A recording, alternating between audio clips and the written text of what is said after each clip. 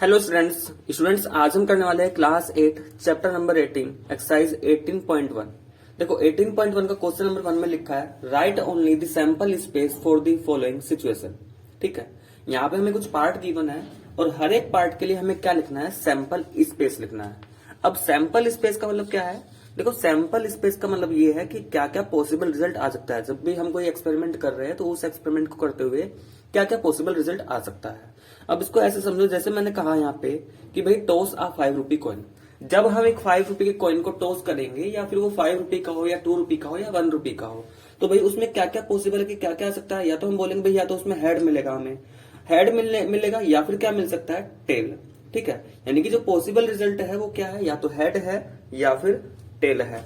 तो वही हमें यहाँ पे लिखना है कि जो भी पॉसिबल रिजल्ट हमें मिल सकता है हमें वही लिखना है। तो मैं इसका जो सैंपल स्पेस है वो क्या बन जाएगा, या तो हेड रहेगा या फिर टेल रहेगा। ठीक है, ऐसे ही देखो इसका बी पार्ट में बोला गया है 6 फेसेस कि फेसेस 6 फेसेस है किसके, डाइस के। अब देखो एक होता है जो नॉर्मल डाइस तुम खेल रहे हो, भाई डाइस है, डाइस में 6 ही फेसेस होते हैं। लेकिन अगर सिंपल बोल रहा होता कि डाइस और कुछ भी ना कहा जाए तो इसका मतलब यह है कि वो एक प्लेइंग जो डाइस होता है उसकी बात कर रहा है और वहां पे क्या लिख रहता है 1 2 3 4 5 6 लिखा रहता है। ठीक है, तो वहां पे पॉसिबल रिजल्ट क्या होगा, 1 हो सकता है, 2 3 4 या 5 या फिर 6। लेकिन इसमें इसने कुछ चेंज किया है, इसने कहा 6 फेसेस ऑफ अ डाई और उन डाई के उस डाइस के फेसेस पे क्या लिखा है, ए लिखा है, बी लिखा है, एक और बी लिखा है, फिर 2 पे सी लिखा है, 1 पे डी लिखा है। ठीक है, तो पॉसिबल रिजल्ट क्या क्या हो सकता है भाई, या तो ए आ सकता है या फिर बी आ सकता है या फिर सी या फिर डी। देखो बी 2 फेसेस पे लिखा है तो अब 2 बार बी लिखो या 1 बार बी लिखो बात तो एक ही है। तो सैंपल स्पेस में क्या मिलेगा कि भाई या तो हमें रिजल्ट में ए मिलेगा या बी ही दिखाई देगा या सी दिखाई देगा या फिर डी दिखाई देगा। बात क्लियर होगी। ऐसे ही थर्ड पार्ट है यहाँ पे part number C. Part number C में क्या लिखा है, a ball is drawn from a bag containing 25 blue balls and no white balls. क्या कह रहा है, एक बैग में 25 क्या है, ब्लू बॉल्स है और एक भी व्हाइट बॉल्स नहीं है। तो इसका सैंपल स्पेस क्या है भाई, जब बैग में सारी ही ब्लू बॉल्स है तो हमें क्या मिलेगा, एक ब्लू बॉल ही मिलेगी। तो इसके सैंपल स्पेस में भाई क्या आ जाएगा, एक ब्लू बॉल ही आएगा।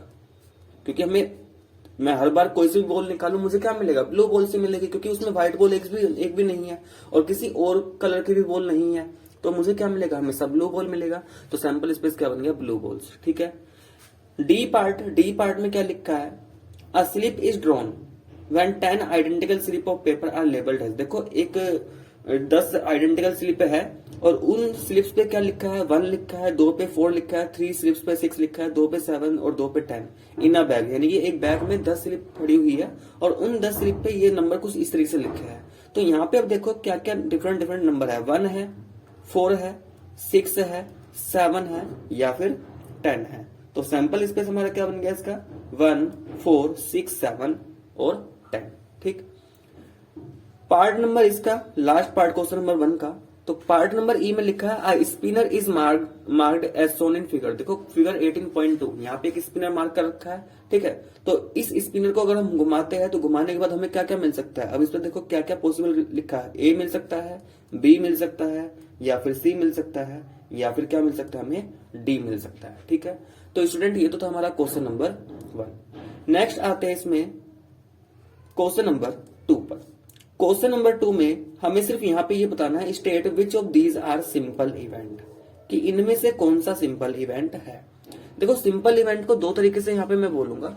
सिंपल इवेंट को या तो हम ऐसे कहेंगे कि अगर जो भी हम चाह रहे हैं अगर उसमें एक ही आउटकम आ रखा है। जैसे फॉर मैं एग्जाम्पल बताऊं कि मैंने डाइस को फेंका, डाइस को फेंकने पर मैंने कहा कि भाई 2 आने की प्रोबेबिलिटी क्या है, तो 2 एक ही बार आ सकता है। तो वो 2 आने की जो प्रोबेबिलिटी है वो हमारे लिए क्या है, वो जो 2 का इवेंट है वो क्या है, सिंपल इवेंट है। कई बार ऐसा हो सकता है कि 2 आउटकम तो आ सकती है। अब उसमें ध्यान रखना अगर 2 आउटकम आ रखी है तो दोनों आउटकम ऐसा हो कि पॉसिबल हो जाए। अगर पॉसिबल नहीं हो पा रहा तो फिर वो सिंपल इवेंट नहीं है। जैसे अब इसका मतलब समझो, या तो एक ही आउटकम हो पूरे इवेंट में या तो क्या हो, एक ही आउटकम हो तो सिंपल इवेंट होगा, या जो भी आउटकम है वो क्या कर रही है पॉसिबल हो जाए तो भी क्या है वो हमारे लिए सिंपल इवेंट रहेगा। जैसे यहाँ पे देखो इसका ए पार्ट, क्वेश्चन नंबर 2 में ए पार्ट में क्या लिखा है, 5,4 for drawing 2 slip from a bag with slip labelled 1 2 3 4 5। ठीक है भाई, ऐसा है यहाँ पे एक बैग में 4 स्लिप पड़ी हुई है और उन चार एक बैग में कुछ स्लिप्स पड़ी हुई है, उन स्लिप्स के ऊपर नंबर ऐसे लिखा है, 1 लिखा है, 2 लिखा है, 3 लिखा है, 4 लिखा है, 5 लिखा है। यानी कि 5 स्लिप बैग में पड़ी हुई है और 5 के ऊपर नंबर क्या लिखा है, एक पे 1 लिखा है, एक पे 2, एक पे 3, एक पे 4, एक पे 5। इसने क्या कहा, क्या 5,4 का आना, 5,4 का आना क्या ये सिंपल इवेंट है कि नहीं है। तो अब यहाँ पे देखो उसने कहा एक 5 आ जाए, दूसरी 4, तो इस वाले से देखो भी 5 मिल सकता है क्या, और 5 आने के बाद क्या दूसरा 4 मिल सकता है, बिल्कुल मिल सकता है। इसका मतलब ये सिंपल इवेंट है, ये कि हमारे लिए क्या है, सिंपल इवेंट है। लेकिन जैसे सेकंड वाले में उसने कहा 3,3। अब ये बताओ, अगर मैं कहता हूं कि बैग में मेरे पास स्लिप ये थी 1 2 3 4 5 नंबर से, मैं कहता हूं क्या 3,3 पॉसिबल है, भाई पहली बार में 3, चलो एक 3 निकल के आ जाएगा, क्या दूसरी बार में 3 मिल सकता है, भाई उसके पास 3 एक ही तो था, तो दूसरे टाइम पे 3 मिलेगा ही नहीं, वो तो पॉसिबल ही नहीं है। तो ये हमारे लिए यहाँ पे सिंपल इवेंट नहीं होगा, तो नॉट सिंपल इवेंट। बात क्लियर हो गई, तो ये सिंपल इवेंट नहीं है। ऐसे ही देखो फिर इसने लिखा है 4,4 for drawing 2 slips from a bag with slip labelled. अब ये दूसरा क्वेश्चन हो गया, ये जो पहला और दूसरा था ये इस वाले पर बेस्ड था, 1 2 3 4 5 स्लिप है, ठीक है। सी वाले के लिए उसने क्या बोला कि एक बैग में जो स्लिप है उन पे नंबर कुछ ऐसे लिखे, यानी कि 6 स्लिप है और नंबर लिखा है 1 2 3 4 5 6। तो क्या यहां से 4,4 का आना सिंपल इवेंट है कि नहीं है। अब ये बताओ भाई, यहां से एक 4 तो मिल जाएगा, क्या दूसरा 4 मिल पाएगा, नहीं मिलेगा, तो ये हमारे लिए सिंपल इवेंट नहीं है। क्लियर हो गया बच्चे। और ऐसे ही आगे लिखा है drawing N even number from a bag which contains 1 2 3 4 5 6 7 8 9 10। तो वो कह रहा है कि भाई हमारे पास एक बैग में 1 से लेकर के 10 तक नंबर लिखे हुए हैं और इसमें से इवन नंबर के आने की प्रोबेबिलिटी, तो इवन नंबर का आना वो भी हमारे लिए क्या बन जाएगा, एक सिंपल इवेंट, क्योंकि इवन नंबर में भाई 2 आएगा तो भी पॉसिबल है, 4 आया तो भी पॉसिबल है, 6 आया या 8 आया या 10 आया तो भी वो पॉसिबल ही है, तो वो भी हमारे लिए क्या हो गया, सिंपल इवेंट हो चुका है। ठीक है, तो अभी के लिए सिर्फ इतना ही ध्यान रखेंगे यहाँ पे सिंपल इवेंट और नॉट सिंपल इवेंट क्या होता है। तो ये हमारा क्वेश्चन नंबर 2 था। बाकी देखो सिंपल इवेंट में ये है, अलग अलग बुक ने कई तरीके से इसको डिफाइन कर रखा है, ठीक है। किसी बुक में मैं बता दूं, जैसे यहाँ पे ड्रॉइंग डी वाला पार्ट है, मैंने सिंपल इवेंट बताया, किसी ने ये हमें क्या रखा, सिंपल नहीं बता रखा। तो इसमें भी ज्यादा कंफ्यूज मत हो, और ना ही ज्यादा इतना पूछा जाता आगे जाकर के, तो कोई दिक्कत नहीं है। अगर मैं 10th क्लास की बात करूं तो 10th क्लास में ऐसा कोई क्वेश्चन नहीं होगा कि जिसमें तुम कंफ्यूज हो जाओ, ठीक है। तो बस इसको ध्यान रखो, अभी के लिए क्या है, लिख दो इसको, सिंपल इवेंट लिख सकते हैं। नेक्स्ट आता है इसमें क्वेश्चन नंबर 3। क्वेश्चन नंबर 3 में क्या है, how likely is that an event with probability, ठीक है। अब क्वेश्चन नंबर 3 के लिए देखो, क्वेश्चन नंबर 3 को कराने से पहले मैं यहाँ पे बुक का एक टेबल समझाने की कोशिश कर रहा हूँ। देखो बुक के अंदर सबसे पहले तो यहाँ पे क्या लिखा है, कुछ क्वेश्चन जो पार्ट लिखे गए हैं, इसमें जो प्रोबेबिलिटी दे रखी है मैं ये लिख लेता हूँ। यहाँ पे ए 0.83 है, बी में 0.6 है, सी में 1/4 है। तो हमसे पूछा गया है कि how likely is that an event with probability 0.83, 0.6 and 1/4 will occur. देखो एक टेबल है यहाँ पे बुक में, ये पेज नंबर 293 पे, ठीक है। यहाँ पे आपको दिखाई दे रहा होगा लाइकली एंड अनलाइकली इवेंट। अब लाइकली एंड अनलाइकली इवेंट का मतलब क्या होता है समझो। देखो यहाँ पे जो हमारी इवेंट की प्रोबेबिलिटी क्या है, प्रोबेबिलिटी के बेस पर उन इवेंट को क्लासिफाई किया गया है, यानी कि प्रोबेबिलिटी का बेस पर प्रोबेबिलिटी की जो वैल्यू आएगी उन वैल्यूज के बेस पर क्या किया गया है, इवेंट्स को क्लासिफाई किया गया है। जैसे हमने पढ़ रखा है कि जब हम प्रोबेबिलिटी फाइंड करेंगे किसी भी चीज का, तो जो प्रोबेबिलिटी है वो 0 एंड 1 के बीच में ही रहेगी, यानी कि 0 से कम नहीं हो सकती और 1 से ज्यादा नहीं हो सकती, ठीक है। तो इसी को लेकर के यहाँ पे डिफाइन किया गया है। कैसे डिफाइन किया गया है कि अगर प्रोबेबिलिटी हमारा 0 से 1/4 के बीच में आ जाए, कहाँ आ जाए, 0 से 1/4 के बीच में, तो 0 से 1/4 के बीच में अगर किसी इवेंट की प्रोबेबिलिटी आ रखी है तो उसे हम बोलते हैं वेरी अनलाइकली। क्या बोलेंगे, वेरी अनलाइकली। वहीं अगर प्रोबेबिलिटी 1/4 से 1/2 के बीच में आ जाए, इसका मतलब वो हो गया अनलाइकली। देखो वेरी अनलाइकली का मतलब ये होगा कि बहुत ही कम चांस है उसके होने के, और अनलाइकली का मतलब हो गया कि चांस कम है लेकिन इतने भी कम नहीं है। बात समझ में आ गए। ऐसे ही 1/2 से अगर 3/4 के बीच में आता है तो उसको हम बोल देते हैं लाइकली, कि ज्यादा चांस है, और 0.3/4 या फिर 0.75 बात है, तो 3/4 से 1 के बीच में अगर प्रोबेबिलिटी आती है उसको हम बोलते हैं वेरी लाइकली, मतलब बहुत ही ज्यादा चांस है उसके होने के, ठीक है। तो अनलाइकली का मतलब नहीं होने का और लाइकली मतलब होने के, ठीक है।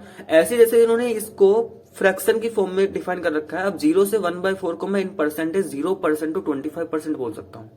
1/4 से 1/2 को इन परसेंटेज 25% से 50% बोला जा सकता है। ऐसे ही 1/2 से 3/4 को इन परसेंटेज 50% से 75% बोला जा सकता है। ऐसे ही 3/4 से 1 को 75% से 100% को परसेंट बोला जा सकता है। और देखो इन्होंने ये चीज डेसिमल भी दे रखी है। 0 से 0.25, 0.25 से 0.5, 0.5 से 0.75, 0.75 से 1। यानी कि कहने का मतलब ये है 0 से 1 को 4 हिस्सों में बांटा गया है। Very unlikely, unlikely, likely, very unlikely. अब उसको परसेंटेज के टर्म में बता दो, डेसिमल के टर्म में बता दो या फ्रैक्शन के टर्म में बता दो, भाई वो तो तुम कैसे भी याद कर सकते हो। ठीक है, तो यहाँ पे देखो पहला पार्ट क्या था हमारे पास, पहला पार्ट ये था ना 0.83। तो अब ये देख लो अगर डेसिमल में दे रखा है 0.83, ये 0.83 कहाँ आएगा? क्या ये 0.75 से 1 के बीच में नहीं आएगा? बोलो भाई 0.83 0.75 से 1 के बीच में ही आएगा। और 0.75 से 1 के बीच में अगर प्रोबेबिलिटी आ रखी है तो वो क्या बोली जाएगी? Very likely. इसका मतलब ये वाली प्रोबेबिलिटी हमारी क्या है? वेरी लाइकली, मतलब बहुत ज्यादा चांस है इस इवेंट के होने के। बात क्लियर होगी? फिर नेक्स्ट है यहाँ पे 0.6। अब 0.6 देखो कहाँ है भाई, ये जो 0.6 है ये 0.5 से 0.75 के बीच में पड़ेगा। यानी कि इस वाली रेंज में अगर प्रोबेबिलिटी आएगी उसको हम क्या बोलेंगे? लाइकली। तो ये कैसी इवेंट हो जाएगी? Likely event. ठीक है, ये कैसी इवेंट कहलाएगी? Likely event. अब थर्ड आता है 1/4। अब 1/4 में देखो ध्यान दो, 1/4 में देखो 1/4 25% को रिप्रेजेंट कर रहा है। अब 0 से 25% या 0 से 1/4 है तो वेरी अनलाइकली, 1/4 से 1/2 है तो अनलाइकली। यानी कि दोनों ग्रुप में 1/4 1/4 आ रखा है, तो 1/4 के लिए भाई या तो वेरी अनलाइकली बोल दो या अनलाइकली बोल दो। देखो ऊपर वाले दो केसेस में ऐसी सिचुएशन इसलिए नहीं आई क्योंकि वो उस पर्टिकुलर ग्रुप के बीच में वैल्यूज आ रखी थी। भाषण में आ गई। जैसे मान लो यहीं पे 0.75 आ जाता, अब 0.75 इस वाले ग्रुप में भी आ रखा है, इस वाले ग्रुप में भी आ रखा है, तो 0.75 के लिए या तो मैं लाइकली बोल देता या वेरी लाइकली। तो वही चीज है यहाँ पे 1/4 आ गया, यानी कि जो बाउंड्री वाली है जहां पे ये डिवाइड हो रखा है वो चीज आ गई यहाँ पे। अब 1/4 इस वाले ग्रुप में भी काउंट हो रखा है, इसमें भी ग्रुप काउंट हो रखा है, तो या तो वेरी अनलाइकली बोल लो या अनलाइकली, इतने में कोई दिक्कत नहीं होगी। ठीक है, वेरी अनलाइकली भी कह सकते हो, अनलाइकली, या फिर अनलाइकली भी बोल सकते हो। ठीक है स्टूडेंट्स, तो अगर आपको ये टेबल भी पता है तो फिर इस तरह के क्वेश्चन में कोई प्रॉब्लम नहीं होने वाली है। नेक्स्ट आते हैं इसके क्वेश्चन नंबर 4 पर। नेक्स्ट क्वेश्चन नंबर 4 देखो, क्वेश्चन नंबर 4 में बोला गया है identify the pair of probabilities that do not represent probabilities of complementary event, explain. देखो यहाँ पे हमें कुछ पेयर्स दिए गए हैं प्रोबेबिलिटी के, मैंने वो पेयर बिल्कुल अलग अलग लिख दिए है। जैसे पहला पेयर दे रखा है 3/7 और 4/7 का, दूसरा है 0.45 0.55, तीसरा 6/9 3/9 और चौथा है 0.825 एंड 1/8। बोला गया है इनमें से कौन सा पेयर कॉम्प्लीमेंट्री इवेंट को रिप्रेजेंट नहीं कर रहा। अब भाई इसने एक वर्ड बोला है कॉम्प्लीमेंट्री इवेंट। सबसे पहली बात तो भाई हमें कॉम्प्लीमेंट्री इवेंट का मतलब पता होना चाहिए। अगर हमें कॉम्प्लीमेंट्री इवेंट का मतलब नहीं पता तो मैं बता ही नहीं पाऊंगा कि इनमें से कौन सा कॉम्प्लीमेंट्री और कौन सा नहीं है। तो देखो कॉम्प्लीमेंट्री इवेंट का मतलब ये होता है कि ऐसी दो इवेंट जिनका सम क्या हो जाए 1 हो जाए वो एक दूसरे का कॉम्प्लीमेंट कहलाएगी। ऐसी दो इवेंट जो इनका सम क्या हो जाए 1 हो जाए, जिनकी प्रोबेबिलिटी का सम क्या हो जाए 1 हो जाए, वो क्या कहलाएगी? हमारी कॉम्प्लीमेंट्री इवेंट। फॉर एग्जाम्पल, मैं एग्जाम्पल देख करके बताता हूँ। ई एक इवेंट है इवन नंबर का आना। किसके केस में? मैं केस भी लेकर चल रहा हूँ, मैं डाइस की बात कर रहा हूँ, मैं डाइस के अंदर बात कर रहा हूँ, ध्यान दो। ठीक है, ई एक इवेंट है इवन नंबर का आना, एफ एक इवेंट है ओड नंबर का आना। अब ये बताओ अगर मैं इवन नंबर की प्रोबेबिलिटी निकालूं, डाइस में इवन नंबर क्या है? 2 4 एंड 6, यानी कि 3 नंबर। कितने में से भाई 6 नंबर पॉसिबल है टोटल, तो इवन नंबर की प्रोबेबिलिटी क्या होगी? 1/2। ठीक है, देखो अगर ये चीज समझ गए तो ऊपर वाला खुद ही बता सकते हो, तो इस पे ध्यान दो जो चीज समझा रहा हूं मैं। एफ मैंने क्या कहा?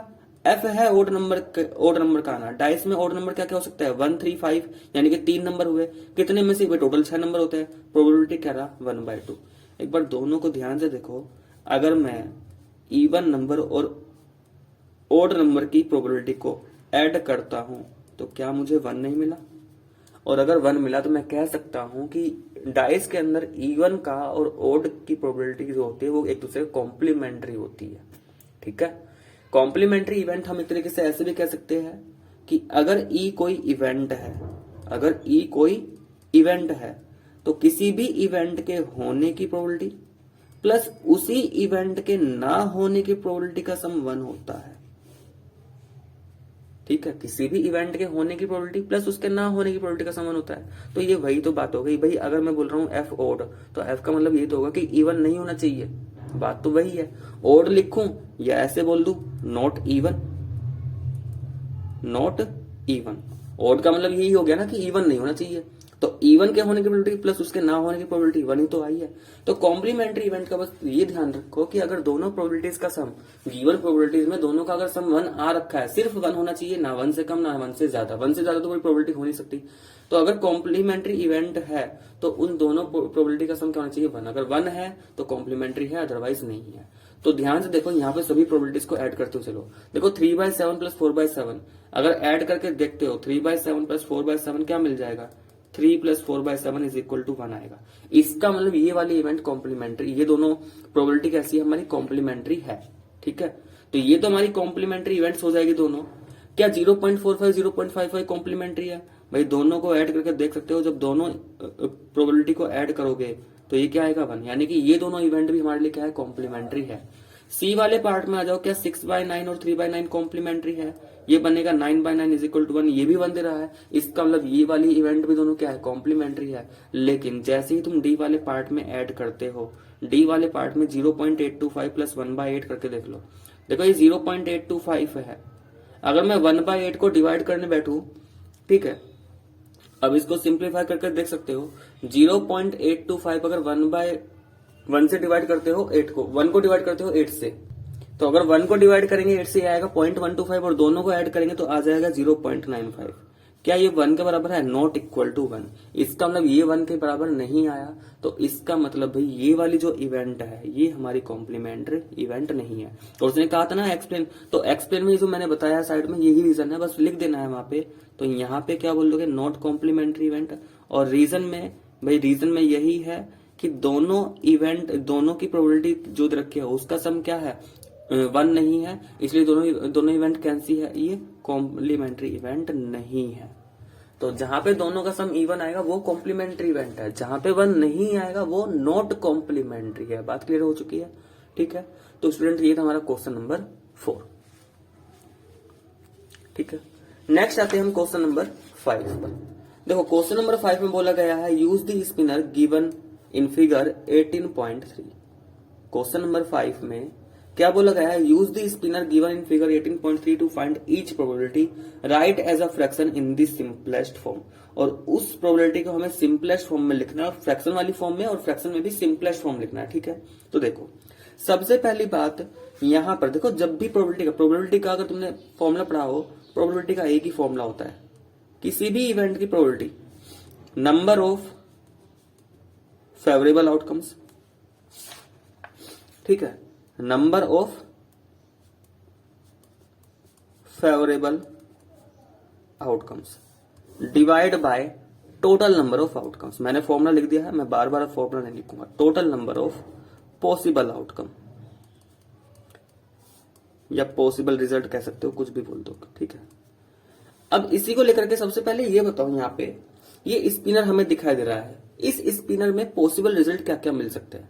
ध्यान से देखो कितने अल्फाबेट है, A B C D E F G H I J K L, count कर लो इनको, 1 2 3 4 5 6 7 8 9 10 11 12। क्या यहाँ पे total number of possible outcome 12 है कि नहीं है? Total number of possible outcomes कितने दे रखे हैं, ये हमें 12 दे रखे हैं, ठीक है। तो total number of possible outcomes तो 12 है, तो ये तो रहेगा फिक्स। अब यहाँ पे 1 बाय 1 एक एक की प्रोबेबिलिटी हम निकालेंगे। जैसे पहले पार्ट में इसने क्या कहा, P ऑफ C। देखो इसका मतलब क्या है, P ऑफ C का, P का मतलब प्रोबेबिलिटी, और किसकी प्रोबेबिलिटी, जो ये ब्रैकेट में लिखा आता है, ये जो ब्रैकेट में लिखा है ये इवेंट है। तो अब इवेंट क्या है, C का आना, इस C आने की प्रोबेबिलिटी क्या है, ठीक है। तो ये देखो इस स्पिनर में C कितनी जगह आ रखा है, इस स्पिनर में C कितनी जगह आ रखा है उतनी बार उसको काउंट कर लो। C 2 बार है तो 2 बार ही काउंट हो गया, 3 है तो 3 बार काउंट करना पड़ेगा, ठीक है। तो सी हमें पूरे स्पिनर में एक ही दिखाई दे रखा है, मतलब कि पूरा जो 12 ये पॉसिबल आउटकम 12 में से एक ही सी है। तो कितने आ सकते हैं सी? एक। कितने में से? 12 में से। तो सी आने की प्रोबेबिलिटी क्या है? 1/12। देखो इससे इजी चैप्टर मुझे लगता है कुछ होने वाला है। सिर्फ हमें दो ही चीजों पर ध्यान देना है। मैंने क्या कहा? फॉर्मूला है। फॉर्मूले में हमें दो ही चीजों पर ध्यान देना है भाई, पॉसिबल रिजल्ट कितने हैं यानी टोटल आउटकम्स कितने हैं वो देख लो। फेवरेबल आउटकम्स का मतलब जो चीज मैं चाह रहा हूं वो कितने तरीके से आ सकती है। मैं चाह रहा हूं सी, तो सी भाई एक ही है तो एक ही तरीके से आ सकता है, तो 1/12। तो प्रोबेबिलिटी होगी इसकी 1/12। बी पार्ट पे आते हैं। बी पार्ट में बोला गया प्रोबेबिलिटी ऑफ कॉन्सोनेंट। अब कॉन्सोनेंट की प्रोबेबिलिटी निकालने में दिक्कत तो कुछ भी नहीं है, बस कंडीशन ये तुम्हें ये पता हो कॉन्सोनेंट होता क्या है। अब कॉन्सोनेंट होता क्या है भाई? तुमने अल्फाबेट में पढ़ा होगा, हमारे पास 26 अल्फाबेट होते हैं। 26 अल्फाबेट होते हैं, वहां पे हमने कॉन्सोनेंट पढ़े थे और वोवल्स पढ़े थे कि जिसमें से AEIOU जो होता है, उन कॉन्सोनेंट में जो AEIU 26 अल्फाबेट होते हैं हमारे पास, 26 अल्फाबेट। ठीक है। 26 अल्फाबेट में 6 क्या होते हैं? वोवल्स होते हैं। कौन कौन से आते हैं? AEIOU। ये क्या हो गए हमारे पास? 6 वोवल्स हो गए। तो जो बचे 25, यानी कि इन अल्फाबेट से जो अलग बचे, कितने बचे? 25 नहीं 19 बचे। ठीक है। 26 में 6, सॉरी 26 में 6 जाएगा, 20 ही तो बचे। तो जो बचे हुए 20 है वो क्या कहलाएंगे? कॉन्सोनेंट कहलाएंगे। तो ये तो मैंने ना 26 जो अल्फाबेट है उसमें बात की है कि 26 अल्फाबेट में AEIOU। देखो बच्चे गलती हो गई मेरे से भी, ये 6 नहीं है तो 5 ही तो है, तो मैं भी पता नहीं क्या कर रहा हूं। ठीक है, थोड़ा सही से काउंट करो। 5 वोवल्स होते हैं और 26 में से 5 जाएंगे, 21 क्या होते हैं? कॉन्सोनेंट होते हैं। तो थोड़ा ध्यान रखना। ठीक है, 5 क्या होंगे हमारे पास? वोवल्स। 21 क्या होंगे? कॉन्सोनेंट। लेकिन ये जो मैं 5 वोवल्स 21 कॉन्सोनेंट बोल रहा हूँ, ये मैं अभी 26 अल्फाबेट के अंदर बात कर रहा हूँ। तो वोवल्स समझ में आ गया। बस ये याद रखो वोवल्स कौन से होते हैं? AEIOU। अब इनसे अलग जो भी अल्फाबेट वो कॉन्सोनेंट में काउंट होगा। अब यहाँ पे देखो, यहाँ 26 के 26 अल्फाबेट तो नहीं आ रखे, तो यहाँ पे कॉन्सोनेंट लिखा है ना, तो अब यहाँ पे देखो इनमें से जो हमें दे रखे हैं 12 अल्फाबेट, इसमें से कॉन्सोनेंट कितने हैं भाई? मैंने क्या कहा? इसमें से वोवल्स निकाल दो। देखो ए, ये निकाल दो। ए के बाद ई, इसे निकाल दो। ई के बाद आई, इसे निकाल दो, क्योंकि ये AEI ये क्या है मेरे यहाँ पे? वोवल्स। ठीक है। तो यानी कि इस 12 में से अगर मैं 3 निकाल दूं तो 9 अल्फाबेट है जो यहाँ पे क्या है? कॉन्सोनेंट है। और कितने में से भी? 12 में से। अब इसने कहा था 9/12, ये हमारी प्रोबेबिलिटी आ चुकी है, लेकिन क्वेश्चन में लिखा है सिंपलेस्ट फॉर्म में निकालना है, तो 3/4। तो इसका क्या हो जाएगा? 3/4। ठीक है, तो ये आ गया हमारा 3/4। थर्ड पार्ट थर्ड पार्ट क्या है यहाँ पे? Probability of vowels. अब वोवल्स कितने होंगे? देखो वोवल्स तो होते हैं AEIOU, लेकिन वो तो 26 अल्फाबेट में होते हैं ना। इस क्वेश्चन के अकॉर्डिंग यहाँ पे जो अल्फाबेट्स आ रखे हैं उसमें कितने वोवल्स है? A है, E है, I है, यानी कि 3 वोवल्स है। कितने में से? अभी 12 में से। सिंपलेस्ट फॉर्म में करो, 3 से ऊपर से डिवाइड क्या बन जाएगा? 1/4। तो वोवल्स की प्रोबेबिलिटी क्या आ गई यहाँ पे? 1/4। नेक्स्ट आता है part number D. Part number D में पूछ लिया है, are events in part B and C complementary? क्या बी एंड सी में जो इवेंट्स है, क्या ये कॉम्प्लीमेंट्री इवेंट है कि नहीं है? तो देखो ऐसा करते हैं, इन दोनों की प्रोबेबिलिटी को ऐड कर देते हैं। अगर दोनों की प्रोबेबिलिटी को ऐड करने पे 1 मिल जा रहा है तो क्या होगा? ये हमारे लिए कॉम्प्लीमेंट्री इवेंट होगा। ठीक है। अब कॉम्प्लीमेंट्री तो देखो ये वैसे है, क्यों? क्योंकि देखो अगर मैंने कहा वोवल्स आया, वोवल्स नहीं आया इसका मतलब कॉन्सोनेंट ही आएगा, कॉन्सोनेंट नहीं आया इसका मतलब वोवल से आएगा। वोवल एंड कॉन्सोनेंट एक दूसरे का कॉम्प्लीमेंट्री तो बन रहा है, तो इनका सम तो 1 आने ही वाला है। Consonant plus probability of vowels, तो ये 3/4, ये 1/4, 4/4 यानी कि 1। इसका ना दोनों की प्रोबेबिलिटी का सम 1 आ रखा है, तो ये हमारे लिए क्या है? ये क्या ही हो जाएगी हमारी, क्या बोलते हैं, कॉम्प्लीमेंट्री इवेंट हो जाएगी। तो कॉम्प्लीमेंट्री मतलब ये कह सकते हो कि अगर एक दूसरे का अपोजिट सा चलता है वहां पे, जैसे मैं कहूं इवन और ओड। इवन नहीं, अगर मैंने कहा कोई नंबर इवन नहीं है तो सीधी सी बात है वो नंबर ओड होगा। ओड नहीं है तो सीधी सी बात है इवन होगा। तो इवन एंड ओड नंबर हमेशा एक दूसरे के कॉम्प्लीमेंट्री होते हैं। ऐसी कॉन्सोनेंट एंड वोवल है, कोई अल्फाबेट कॉन्सोनेंट नहीं है तो भाई क्या होना पड़ेगा? वोवल्स होना पड़ेगा। और वोवल्स नहीं है तो क्या होगा भाई? कॉन्सोनेंट होगा। तो वो भी क्या है? कॉम्प्लीमेंट्री है। ठीक है, तो जहां पे एक दूसरे का अपोजिट सा बन रहा हो वो हमारे लिए क्या होता है? कॉम्प्लीमेंट्री इवेंट है। और उनकी प्रोबेबिलिटी का सम हमेशा क्या होता है? 1 ही आता है। अगर वो कॉम्प्लीमेंट्री इवेंट है तो उनकी प्रोबेबिलिटी को ऐड करके देख लो, सम क्या आना चाहिए? 1 ही आएगा। तो यहाँ पे 1 आ रखा है, इसका मतलब है ये हमारी जो इवेंट्स है कॉम्प्लीमेंट्री तो है। Yes, the given events are complementary. ठीक है स्टूडेंट्स, तो ये था हमारा क्वेश्चन नंबर 5। तो अगर आपको वीडियो पसंद है तो प्लीज स्टूडेंट वीडियो को लाइक कर देना, शेयर कर देना। ठीक है, और अगर आपको कोई भी डाउट हो तो आप मुझे कमेंट बॉक्स में कमेंट करके बता सकते हो। तो नेक्स्ट वीडियो में हम इसके क्वेश्चन नंबर 6, 7, 8 करेंगे। तो आज के लिए बस इतना ही।